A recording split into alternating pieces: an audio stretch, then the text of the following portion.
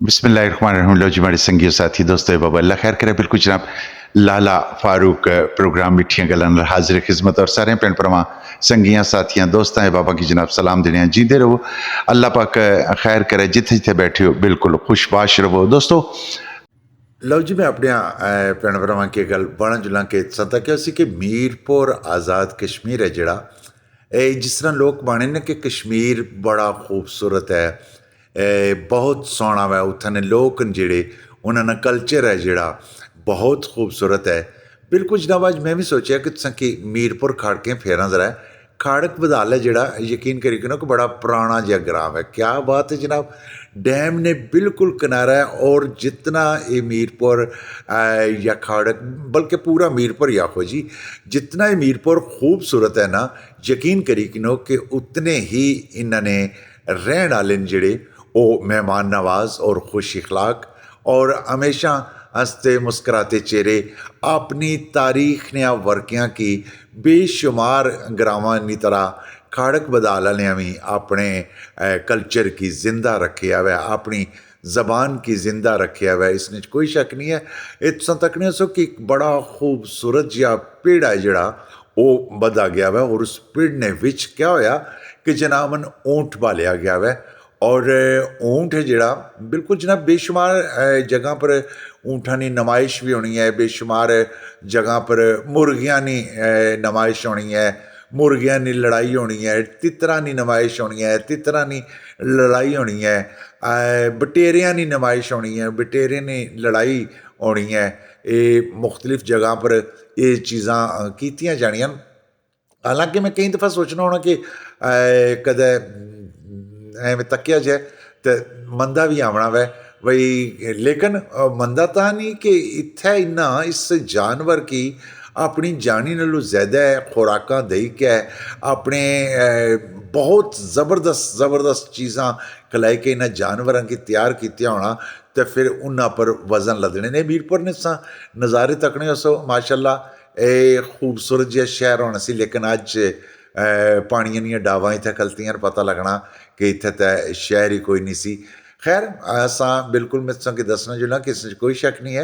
माशाअल्लाह एक खूबसूरत पीड़ है जोड़ा वो बधा गया और जानवर से जोड़ा ऊँट से जोड़ा उसकी पीड़ा ने बिशकार आंदा गया। बाकायदा इत्थे रैफरी भी मौजूद होना, मुनसफ भी मौजूद होने ना, फिर कमेंटेटर जोड़ा कमेंट्री करने वाला वो भी इत्थे मौजूद होने ना, मुख्तलिफ किस्म ने स्टॉल ने जोड़े वो भी लगाए जाने ना, मेहमान खसूसी भी ना जिथे जिथे भी ये भीड़ बधे जाने न उत्थे उन्हें भी बुलाया जाना।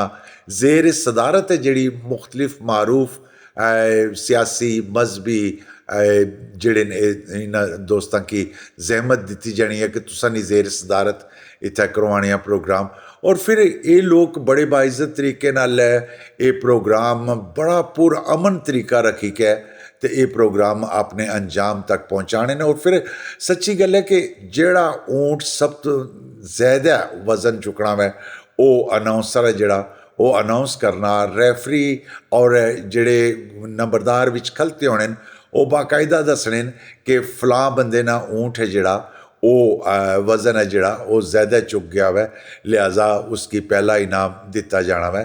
इस तरीके ना तुसां तक्या उसी कि अज ने भी इस मेले च जानवर की क्या बात है। ऐ जनाब ट्राफी इन्होंने मुकदरा चाहिए है और ए मालकान अपने जानवर ने नाल क्या बात है खूबसूरत तरीके नाल ढोला नी थाप पर डांस वगैरह करने भंगड़ा पाने पे कि भाई असा ना जानवर है जोड़ा ये सब तो मजबूत तरीन जानवर सी, जिस जानवर ने इतने मन हा वज़न जोड़ा चुकया हुआ है उस वज़न तो बाद यकीन करो कि सच्ची गल है कि एक ऊँट जिला क्या बात है जनाब।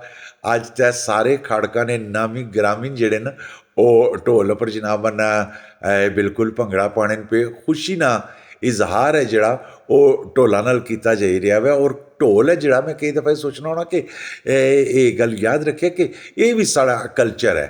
और असां जड़ियां तकरीबात होनियां उत्थे क्या बात है जनाब, मुबारकबाद ने मुस्तैको मोहतरमा, जित्थे जित्थे भी साड़ियां सिलसिला क्या बात है जनाब, नाल नाल मुबारक खान साहब लैन पे तो नाल नाल लोग इन्हें की जफ्फी पाई कहता है मुबारक देने पे, चूंकि ये जानवर जड़ा ऊँट सी, ये इन्ना ना ऊँट सी। और फिर मैं दोस्तों के दसना चाहना कि इसमें कोई शक नहीं है कि इस कल्चर की जिंदा बेशुमार साढ़े बजुर्ग न जेह्ड़े उन्हें इस कल्चर की जिंदा रखी। और फिर यही कल्चर है जड़ा, चाहे वो ऊँठा की नुमाइश है, चाहे ऊँठा ना वजन है, चाहे बीणी ना सिलसिला है, चाहे कौडी है, चाहे फुटबॉल है, चाहे कोई भी गेम है, जेड़ियां गेमां पुराने जमाने च है सन, यकीन करी किनो कि इन्हां बजुर्गां साढ़ियां उन्हां चीज़ां की जिंदा रखेआ। लेकिन मैं कई दफ़ा सोचना होना कि